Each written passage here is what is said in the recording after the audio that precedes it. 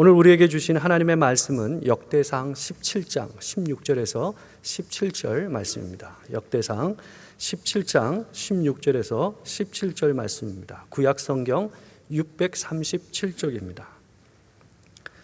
제가 대신해서 봉독하겠습니다. 다윗 왕이 여호와 앞에 들어가 앉아서 이르되 여호와 하나님이여 나는 누구이오며 내 집은 무엇이기에 나에게 이에 이르게 하셨나이까. 하나님이여 주께서 이것을 오히려 작게 여기시고 또 종의 집에 대하여 먼 장래까지 말씀하셨사오니 여호와 하나님이여 나를 존귀한 자들 같이 여기셨나이다. 아멘.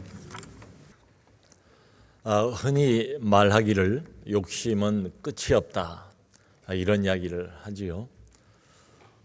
그 정도면 이제 만족할 만하기도 할 것 같은데 더 요구합니다. 또 지나치게 자꾸 욕심을 부려요. 참 이러면 한이 없죠. 그럴 때에 감사는 나오기가 어렵습니다. 어떤 경우에 보면 사실 그 정도면 만족해도 될 것 같아요.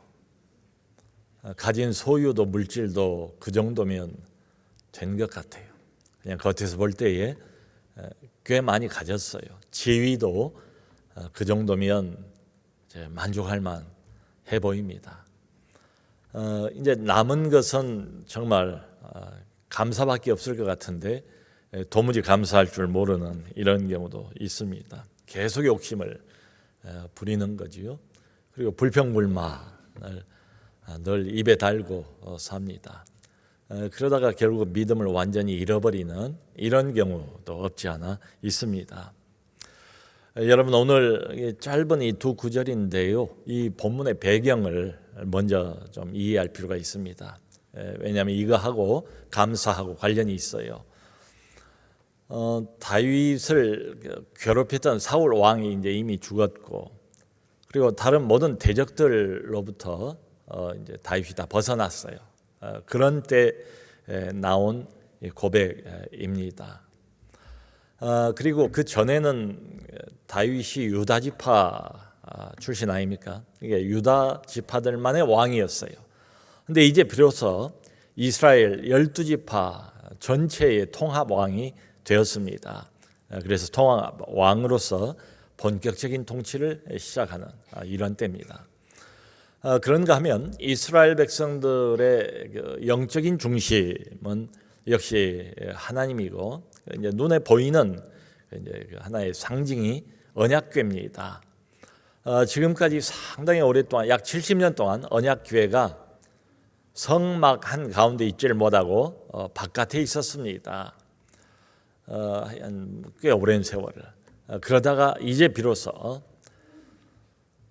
다윗성, 그러니까 예루살렘입니다. 예루살렘에 있는 성막 안으로, 제자리로 언약궤가 다시 들어오게 되었어요. 우리가 이제 그 대목을 알지 않습니까? 다윗이 너무 기뻐서 언약궤를 들여오면서 그 앞에서 베옷을 입고 막 뛰어놀고 춤을 추었다는 그 장면 말이에요. 그래서 영적인 중심도 이제 든든하게 세워졌습니다. 그러니까 주변 환경이 다 안정이 되고 또 영적인 환경도 견고하게 이제 섰을 때에 다윗이 이런 고백을 하게 됩니다. 자, 중요한 것은 뭔가 하면 여기까지 다윗이 오는 동안 그 과정이 결코 순탄하지 않았습니다. 고난의 연속이었어요. 고통과 어려움과 그리고 목숨이 참 위급한 이런 순간들도 여러 번 있었습니다.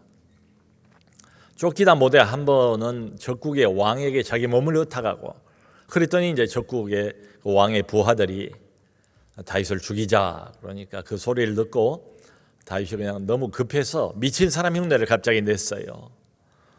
아무짝에도 쓸모없는, 손을 안 대도 괜찮은 미친 사람처럼 침을 질질 흘리면서 이런 수치와 모욕까지를 감당을 하면서 어려운 시간을 보냈던 게 바로 다윗입니다. 그런데 그 세월이 다 지나간 거예요. 그러니까 아주 어렸을 때에 하나님으로부터 두 번째 왕으로 기름 부음을 받았지요. 기름 부음 받고 난 뒤로도 적으면 10년, 많으면 15년, 꽤 오랜 시간 동안을 계속 쫓겨다니는 고난의 세월을 다윗이 보낸 겁니다. 그리고 난 다음에 오늘 하나님 앞에서 감사의 기도를 드리는 장면이에요. 자, 이렇게 보면 우리가 당하는 고통, 고통을 좋아하는 사람은 없습니다. 근데 고통은 또 있어요. 없을 수는 없습니다. 그래서 그 고통과 감사와 고통, 이것은 마치 동전의 양면과 같지 않은가. 그래서 이 다윗을 보면서 이런 생각이 들어요. 누가 과연 진정으로 감사할 수 있을까? 누가 진정으로 마음을 담아서 감사할 수 있겠는가? 그것은 고통을 겪어본 사람, 시련의 연단의 과정을 거친 사람만이 진정으로 감사할 수 있지 않는가. 여러분, 이런 점에서 우리 하나님은 종종 그러신 것 같아요. 깊은 감사를 주시기 전에 깊은 고통과 고난과 어려운 시간들을 우리에게 종종 허락하시는 것이 아닌가. 예를 들어서 한번 생각을 해보세요. 아무 어려움이 없다고 해보세요. 아무 어려움도 느끼지를 못하고 그냥 편안하게 2022년도 그렇게 한 해를 살아왔어요. 여기까지 그야말로 룰루랄라 하면서 다른 사람들은 코로나 때문에 그렇게 어렵다고 다들 아우성인데 아무 어려움도 겪지를 않고 여기까지 왔어요. 좋은 것만 누리면서 왔어요. 여러분, 그런 사람이 과연 진정으로 감사할 수 있을까요? 물론 큰 어려움이 없으니까 감사를 입으로는 말할 수 있겠죠. 그런데 아마 마음은 담기지 않는 비상적인 감사에 불과하지 않겠는가. 여러분, 예를 들어서 산의 진미를 매일같이 먹는 어떤 사람이 날마다 산의 진미로 배불리 먹어요. 그런데 아주 비싼 드문 음식이 그 앞에 놓여 있다고 해도 코앞에 그걸 갖다 놓는다고 해서 이 사람이 그렇게 귀하게 여기겠습니까? 그 맛을 알겠습니까? 그것 때문에 감사하겠습니까? 감사할 리가 없지요. 마치 그와 같습니다. 그러니까 늘 건강한 사람, 가만히 내버려둬도 그냥 건강한 사람, 다른 운동이나 이런 걸 안 해도 그냥 건강해요. 나는 예를 들어서 그런 사람이라면 자신의 건강에 대해서 진정으로 감사할 수 있을까? 그러기는 어려울 것 같아요.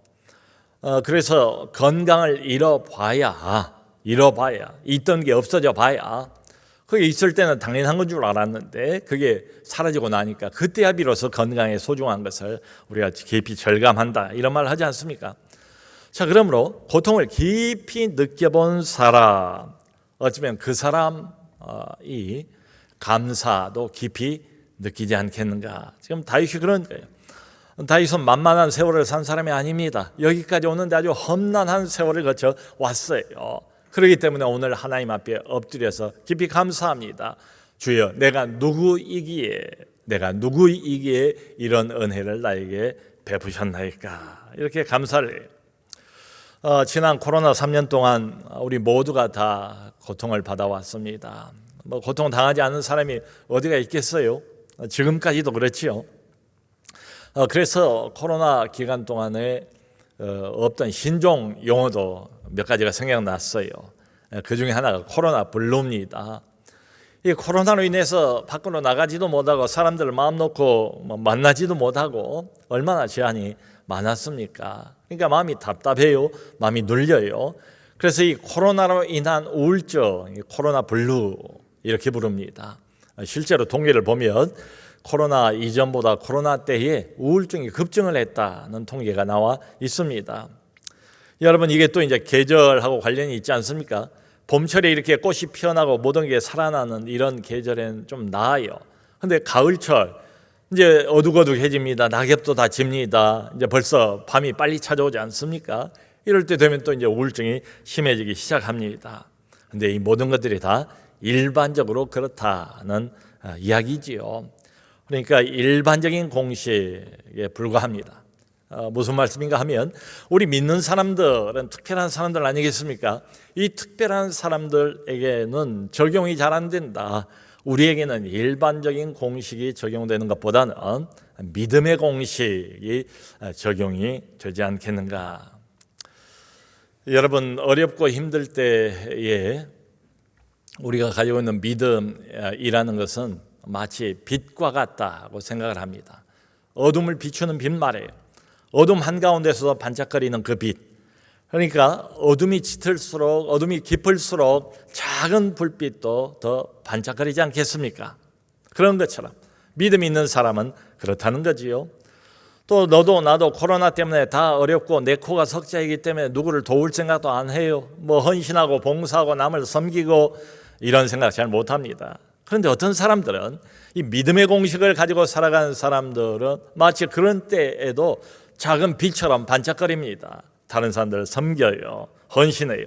여전히 봉사합니다. 참 귀하죠. 빛을 발하는 거예요. 이번 주 목요일 날 아시는 것처럼 우리 이제 수능 당일이었습니다. 교회 본당에서 수능 기도회가 하루 종일 있었어요.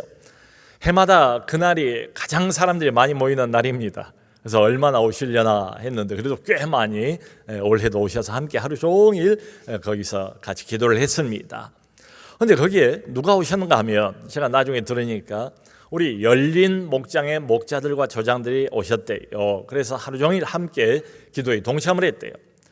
우리 교회에 이제 열린 목장이 있고 그리고 또 일반 목장이 있어요. 열린 목장이라고 하는 것은 일반 목장에 잘 나오지 못하는 분들, 어려운 사정이 있어요. 경제적인 어려움이든 아니면 육신의 어려움이든 개인적인 어떤 어려운 사정이 있어서 교회만 겨우 나오시는 분들, 또 코로나 때라 교회도 겨우 잘 못 나오시는 이런 분들이 있어요. 그래도 그런 분들이 믿음의 끈을 놓치지 않도록 이 열린 목장의 목자들이 전화로 늘 이렇게 연락을 하고 또 기도 교제를 하고 기도 제목을 받고 기도를 해드리고 안부를 묻고 그런 일을 하세요. 참 쉽지 않은 일입니다. 그런데 그 열린 목장의 그 목원들의 자녀들 중에 이번에 수능 시험을 보는 자녀들이 있었답니다. 이번에 한 90명이 봤는데요. 그러니까 아마 이 당사자, 그 학부모는 교회 나오지도 못했을 거예요. 그런데 전화로 겨우 안부만 묻고 가끔씩 연락을 이렇게 드리는 이 목장의 목자들과 그리고 조장들이 나와서 하루 종일 그 자녀들을 위해서, 그 가정을 위해서 열심히 기도를 한 겁니다. 참 얼마나 감사한지 모르겠어요. 그 말씀을 듣고 참 감사합니다. 이런 말이 절로 나오더라고요. 그런데 여러분 생각을 해보면 그분들이 못 나오시는 이유는 모종의 어려움, 개인적인 어떤 환경, 열악한 환경 이런 것 때문에 못 나온 거죠. 여러분 지난주에 저희가 말씀을 드렸던 것처럼 우리 청년부의 홈커밍 데이가 있었습니다.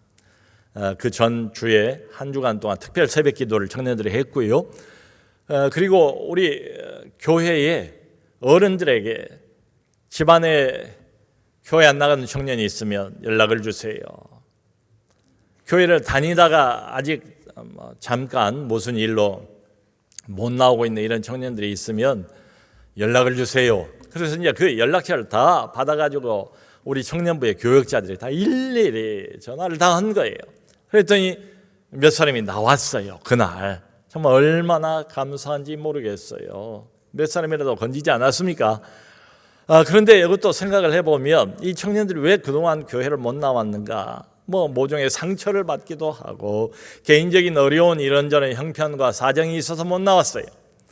그러니까 굉장히 감사를 했는데 감사를 추적해서 거슬러 올라가 보면 다 배경이 뭔가 하면 모종의 고통, 어려움, 시련, 고난 이런 거예요. 올 한 해 동안 이렇게 쭉 지나오면서 건강을 상실한 분들도 있고요. 또 갑자기 재정적인 어려움에 부딪힌 이런 분들도 있고요. 또 코로나 때 유독 이렇게 돌아가신 분들도 많습니다. 사랑했던 사람을 잃어버리는 이런 가정들도 있고요. 또 갑작스러운 사고를 만나신 이런 분들도 있어요. 근데 여러분 어떻습니까? 1년 동안 여기까지 나오면서 우리는 계속해서 만나면 감사 제목들을 나눴잖아요. 별별 고통이 있었지만 별별 감사 제목들도 있었잖아요. 무수히 많은 감사 제목들을 함께 나눴습니다. 그런데 그 배경이 뭔가 하면 그냥 나오는 감사가 아니고 저절로 되는 감사가 아니고 배경은 다 고통입니다. 모종의 고통과 어려움이 밑바닥에 깔려 있습니다. 왜 그런 말 하지 않습니까? 고통은 나누면 반감이 되고 기쁨은 나누면 배가가 되고요. 우리 남서울 은혜교회 공동체 이런 모임 저런 모임, 특별히 목장 모임에서 1년 지나가면서 끊임없이 감사를 많이 나눴던 것 같아요. 우리 교육자들도 그렇습니다. 모이면 늘 우리가 감사 제목들을 서로 나눕니다. 그런데 그 이전에 무엇이 있었는가 하면 고통이 있었습니다. 고통을 함께 통과해 오면서 함께 기도하면서 함께 기도 응답도 받고 그리고 그 감사의 내용들도 함께 우리가 나누지 않았는가 이런 생각을 해봐요. 자, 그러므로 마치 다윗이 그런 것처럼 누가 진정으로 감사할 수 있는가? 실제로 고통을 겪어본 사람이 진정으로 감사할 수가 있습니다. 그다음 두 번째로는 다윗이 내가 누구이관데 내게 이런 은혜를 베푸셨습니까? 여러분, 이 다윗의 기도입니다. 감사 기도예요. 뒤로 쭉 이어집니다. 근데 이 내용을 이제 모아놓은 게 오늘 읽은 여기 이제 두 구절이에요. 16절, 17절. 근데 요 내용들을 딱 이렇게 요약을 하면 엑기스로 한 단어로 요약을 하면 내가 누구이기에 바로 이 단어예요. 이 단어가 암시하는 건 뭘까요? 다윗의 태도입니다. 다윗의 자세입니다.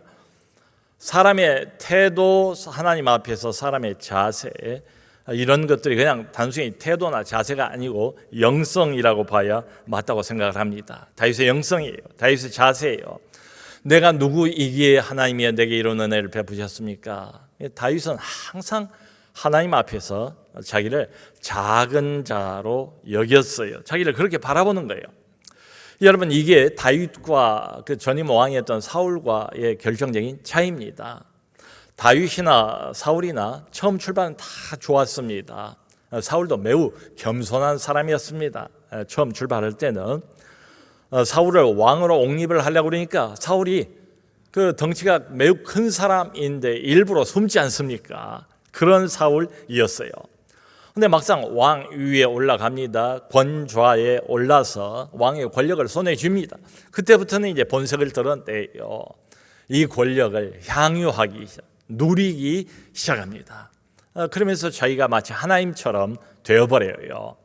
가지고 있던 그나마의 믿음도 완전히 다 잃어버리고 말죠. 그러면서 이 사울이라는 사람은 자기 속에 메모리 돼버립니다. 자기 속에 그냥 쏙 들어가 버려요. 자기 집중, 자기 강화, 결국은 자기 중심의 리더십으로 탈바꿈되고 말아요. 자, 이렇게 되어버리니까 왕이지만 결국은 하나님도 눈에 안 보여요. 백성도 눈에 안 보여요. 그대 눈에 가득 들어오는 것은 자기의 권력 유지 그리고 자기의 명예, 이게 전부가 되고 맙니다. 참 불행한 왕으로 타락하고 말죠. 여러분, 그런데 여기에 비해서 다윗은 내가 누구이기에, 이게 의미하는 것은 분명하지요. 하나님 앞에서 자기가 어떤 사람인가를 다윗은 늘 잊지 않고 있었습니다. 그러니까 하나님 의식이라고 그럴까요? 그 하나님 감각이 다윗에게 늘 살아 있었어요. 살아계신 하나님 앞에서 내가 얼마나 작은 자인가, 이걸 잊어버린 법이 없었습니다. 잊어버릴 법도 해요. 그럼에도 불구하고 다윗은 잊지 않습니다. 그 전에 내 출발은 이렇게 미약했지만 지금은 내가 왕인데 온 세상이 다 내 것인데 그건 잊어도 되잖아, 이렇게 생각하는 게 아니고 어찌 보면 오히려 일부러 이런 것 아닌가 하는 생각이 들 정도로 다윗은 자기가 원래 그냥 양치기를 하던 천한 목동이었다는 것을 잊어버리지 않습니다. 그런 나를 하나님께서 이스라엘의 주권자와 그리고 왕과 목자로 삼으셨다. 자기의 과거를 잊질 않아요. 자기의 비천한 출신을 잊질 않아요. 자기의 원래 그 출발, 작은 출발을 다윗은 잊어버린 법이 없어요.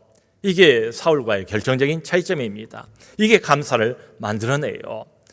여기 역대상 17장 17절을 보면 하나님께서 나단 선지자를 통해서 실제로 이런 말씀을 하세요. 내가 너를 양떼를 따라다니던 곳에서 데려다가 내 백성의 주권자로 삼았다. 그걸 내가 했대요. 너는 그저 양치기에 불과했대요. 작은 소년에 불과했대요. 그저 양털이나 깎고 양젖이나 짜고 양 가죽이나 벗기는 이런 사람이었다. 그게 내 평생의 인생일 수도 있었다. 그런데 내가 그런 너를 데려다가 내 백성의 주권자로 왕으로 삼았다. 이런 말씀을 직접 하세요. 자, 그러므로 다윗은 과거의 자신의 모습을 잊어버리지 않고 기억을 합니다. 그러니까 하나님 앞에서 자기를 낮출 수가 있지요. 내가 누구이고 한데 하나님 앞에서 진정으로 자기를 낮출 줄 아는 그런 사람이 진정으로 다윗처럼 감사할 수가 있습니다. 여러분, 감사하다는 말이 그 단어가 영어로 thanks 아닙니까? thanks. 미국에서는 Thanksgiving Day 이렇게 말하지 않아요? thanks예요. 근데 생각하다라는 영어 단어는 think 아닙니까? 좀 비슷하잖아요. 이 감사하다는 thanks와 생각하다는 think 요 단어가 어원이다 같다는 거예요. 이게 무엇을 말하겠습니까? 감사를 하려면 생각해야 된다. 저절로는 안 된다. 그냥 내버려두면 인간은 죄로 가득 찬 존재인지라 내버려두면 자동적으로 생각이 불평불만으로 가게 돼 있지 감사가 나오질 않는다. 그냥 내버려두면 안 되는 거예요. 생각을 할 줄 알아야 된다는 말입니다. 그 어떤 경우는 보면 정말 객관적으로 참 감사할 제목들이 많은 이런 사람들도 있습니다. 근데 가까이 가서 보면 왠지 그 표정이 어두워요. 이야기를 나눠보면 마음도 어두워요. 그리고 불평이 많아요. 감사가 있을 리가 없지요. 그러니까 가지고 있는 조건이나 환경을 보면 참 기뻐할 만한 이런 조건들인데도 불구하고 절대로 기뻐하지를 않습니다. 더군다나 이 사람이 이제 믿는 사람이에요. 신앙생활을 우리가 같이 하는 사람이라고 가정을 해봅시다. 그러면 우리 마음속에 의문이 들잖아요. 뭐라고 이제 그 말은 못해도 이분이 왜 그러지? 도대체 뭐지? 이제 의문이 생겨요. 근데 가만히 들여다 보면 이유가 없는 게 아니다. 생각을 안 해서 그래요. 어떤 생각인가 하면 내가 원래 어떤 사람이었는가? 내가 원래 어떤 처지에 있었는가? 여러분, 처음부터 이런 처지, 처음부터 이런 소유, 처음부터 이런 지위는 아니지 않았습니까? 원래는 내가 얼마나 초라한 인생이었는가? 원래는 내가 얼마나 별 볼 일 없는 사람이었는가? 얼마나 내가 작게 시작을 했던가? 처음 출발은. 이런 것들을 생각하지를 않아요. 그러니까 그동안 세월이 흘러가면서 하나님이 내게 어떻게 호의를 베푸셨는가 생각하지를 않아요. 하나님께서 어떻게 내 인생을 바꿔 놓으셨는가 이걸 생각하지를 않아요. 그러므로 감사할 수가 없지요.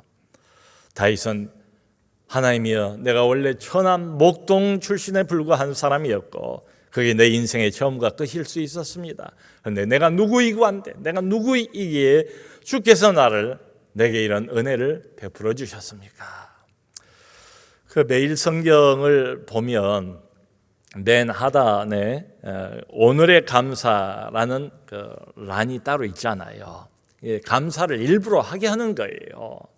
여러분, 감사는 저절로 나오지 않습니다. 물론 저절로 나오는 경우도 있지만 대부분의 경우는 많은 감사 제목이 있어요. 없는 게 아니에요. 많이 받았어요. 많이 누리고 있어요.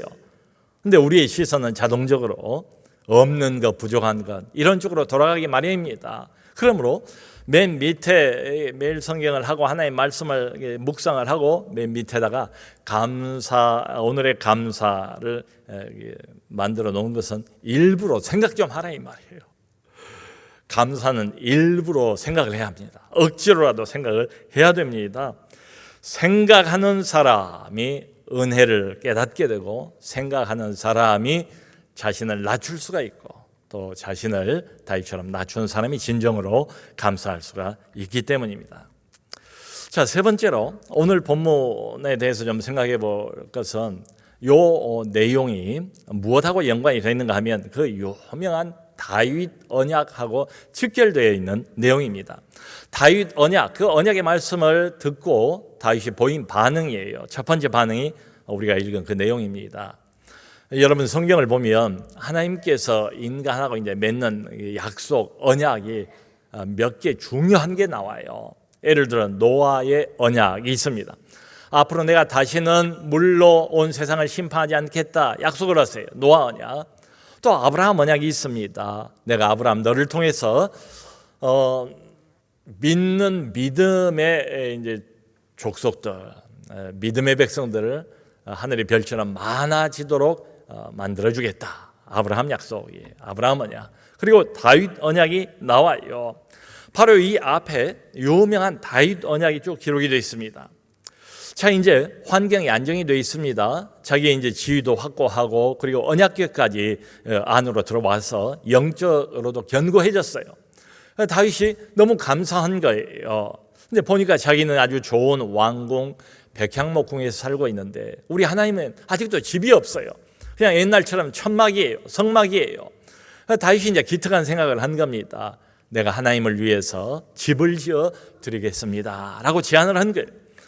그랬더니 하나님께서 나단 선지자를 통해서 다윗에게 거기에 대한 대답을 주셨습니다. 어떤 대답인가 하면, 다윗아, 내가 언제 내 집이 없다고 한 번이라도 너한테 이야기를 한 적이 있더냐? 내가 언제 한 번이라도 암시라도 내 집에 대해서 운운해 본 적이 있더냐? 내가 불편한 기색을 내보인 적이 있더냐? 없다는 거지요. 그러면서 하나님이 너는 나를 위해서 집을 짓지 말라. 그리고 반대로 오히려 내가 너를 위해서 집을 지어주겠다. 내가 너를 위해서 한 왕조를 세우겠고 한 아들을 세우겠고 그리고 그 나라를 영원토록 견고하게 하겠다. 바로 이제 이 앞에 10절로부터 14절 그 내용입니다. 이게 다윗 언약이에요. 그러니까 다윗은 하나님을 위해서 내가 집을 지어야 되겠다 생각을 했는데 하나님은 오히려 반대로, 아니다 다윗아, 오히려 내가 너를 위해서 집을 짓겠다. 근데 그 집은 눈에 보이는 집이 아니라 한 왕조를 내가 세울 터인데 그 왕조를 위해서 한 아들을 세울 것이고 나라를 세울 것이고 그 나라가 영원토록 견고하게 만들어주겠다. 이게 하나님이 말씀하신 다윗 언약이에요. 여러분, 여기 하나님이 일종의 애언이기도 해요. 이 아들, 한 아들, 짧게 보면 바로 다윗의 아들인 솔로몬입니다. 근데 길게 보면 이 아들이 누구겠습니까? 한 나라를 영원토록 견고하게 세울 그 아들, 바로 하나님의 하나밖에 없는 독생자 예수 그리스도지요. 메시아지요. 그러니까 여기서 하나님이 말씀하시고 계시는 이 왕국, 그 나라는 영원한 나라입니다. 하나님의 나라입니다. 메시아 왕국입니다. 곧 교회예요. 그걸 말씀하세요. 자, 이 다윗의 약속, 그러니까 하나님이 다윗에게 베풀어 주신 이 호의지요. 이 말씀을 듣고 다윗이 보인 반응이 바로 우리가 읽었던 16절, 17절이에요. 17절에서 다윗이 이렇게 말씀을 합니다. 하나님, 지금 내게 있는 것만 해도 너무 충분합니다. 내게 왕권을 주셨습니다. 이렇게 주변 환경에 안정을 주셨습니다. 언약궤까지 들어오지 않았습니까?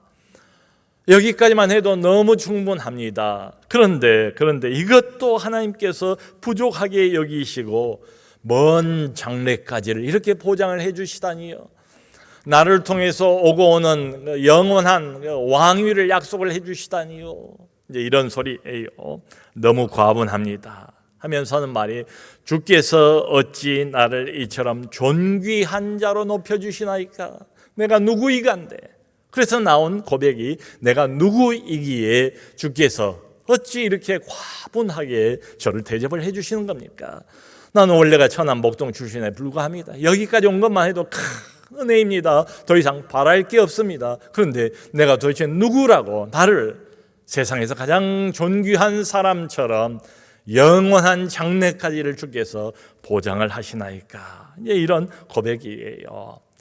여러분, 다윗은 자기가 지금 받고 있는 것만 해도 너무 많다, 이것만 해도 충분하다, 이것만 해도 과분하지 않은가, 이렇게 여기는 거예요.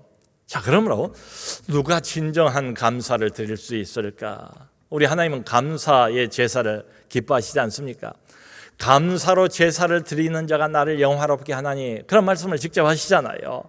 그러니까 괜히 짐승 잡아다가 마음은 딴 데가 있으면서도 짐승만 이렇게 바치는 그런 희생 말고 마음을 담아서 마음 중심으로 하나님께 감사합니다. 진정으로 감사로 제사를 드리는 자가 나를 기쁘게 하고 나를 영화롭게 한다. 이런 말씀까지 하세요.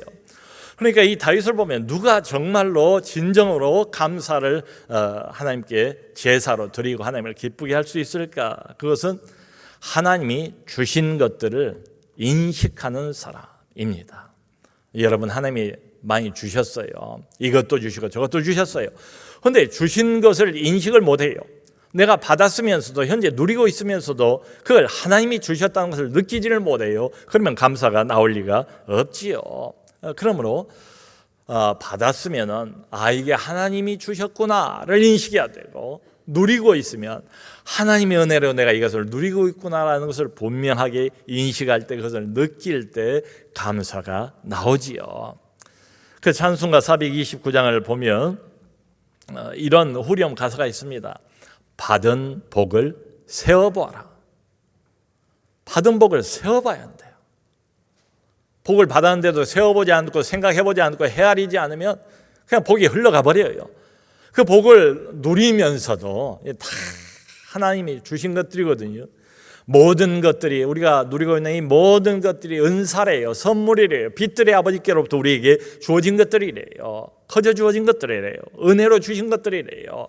그런데 세어보지 않으면 받았는지 뭔지 잘 몰라요. 그래서 이 찬송가가 얼마나 참 이게 맞는 말을 하고 있습니까? 받은 복을 세어 보아라. 주의 크신 복을 네가 알리라.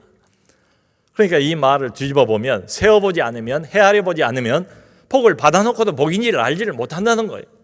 어쩌다 된 거겠지, 우연히 된 거겠지, 내가 열심히 살았기 때문에 된 거겠지 등등 말이 이럴 수 있다. 다윗은 자기가 무슨 복을 받았는가를 정확하게 알고 있었어요. 그래서 감사할 수가 있었던 거죠. 여러분, 남하고 늘 비교만 하고, 그리고 나에게 없는 것에만 자꾸 초점을 맞추면 감사가 나올 리가 없지요. 그러니까 내가 무엇을 받았는가, 하나님이 내게 무엇을 주셨는가, 이것을 세어볼 필요가 있습니다.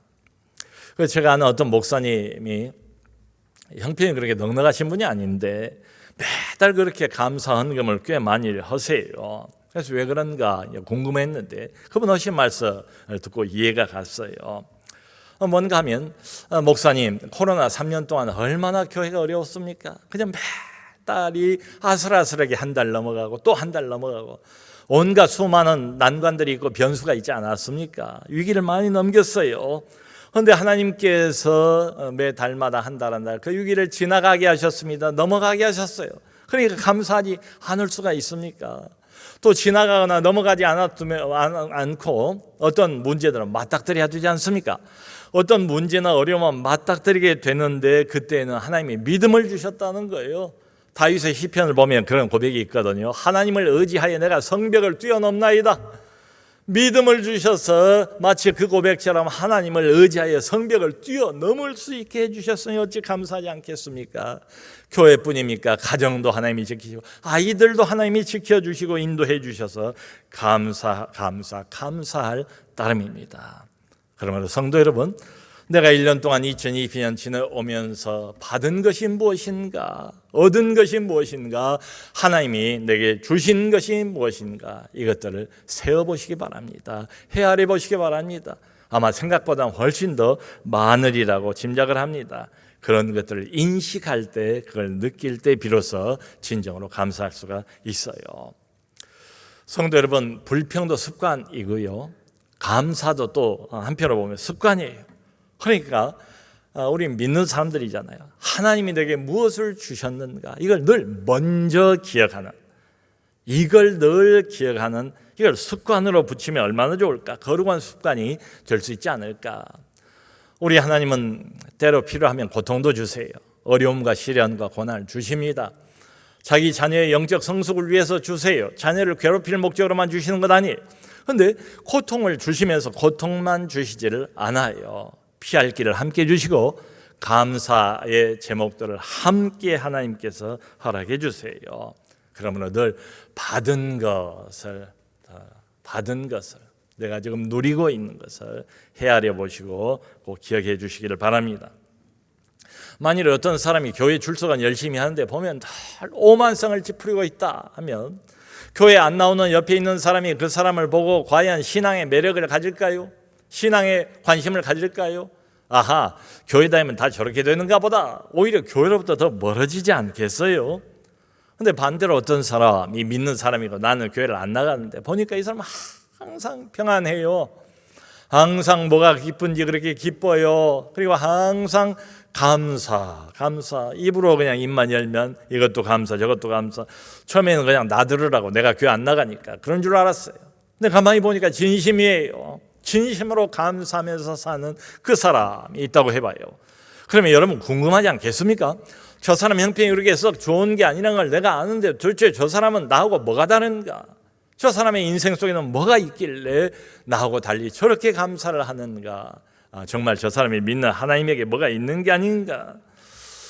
도무지 겉으로 보면 세상적으로는 감사거리가 없어 보이는데 항상 감사하며 기뻐하는 사람, 자동적으로 다른 사람들을 하나님 앞으로 이끌지 않겠습니까? 여러분 신약성경 빌립보서를 보면 바울이 가장 많이 주장하는 말이 뭐예요? 바울은 지금 로마 감옥에 갇혀 있습니다. 미래가 어떻게 될지 몰라요. 생사도 불투명합니다. 그런데 바울이 하는 말은 항상 기뻐하라. 다시 말하노니 기뻐하라. 성경에 쉬지 말고 감사하라. 범사에 감사하라. 이런 말도 있잖아요. 아니 도대체 바울이 저렇게 기뻐할 만한 이유가 없을 것처럼 보이지 않습니까? 여러분 바울이 자신이 지금 경험하고 있는 이 환경 때문에 기뻐하라 이런 말은 아니지 않겠습니까? 그게 무슨 좋은 환경이라고 기뻐하라고 말하겠어요?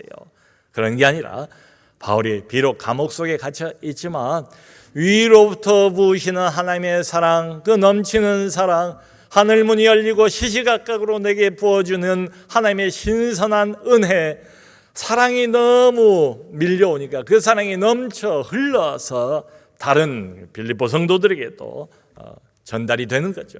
은혜가 너무 실시간으로 시시각각 내게 주어지니까 그 은혜를 내가 느끼기 때문에 그 차고 넘치는 은혜가 자연스럽게 옆에 있는 사람들에게 흘러 넘치는 거지요. 성도 여러분, 알게 모르게 하나님께서는 1년 동안도 머리카락 하나라도 세시는 섬세한 간섭으로 내 인생을 간섭하셨습니다. 우리 가정을 간섭하셨습니다.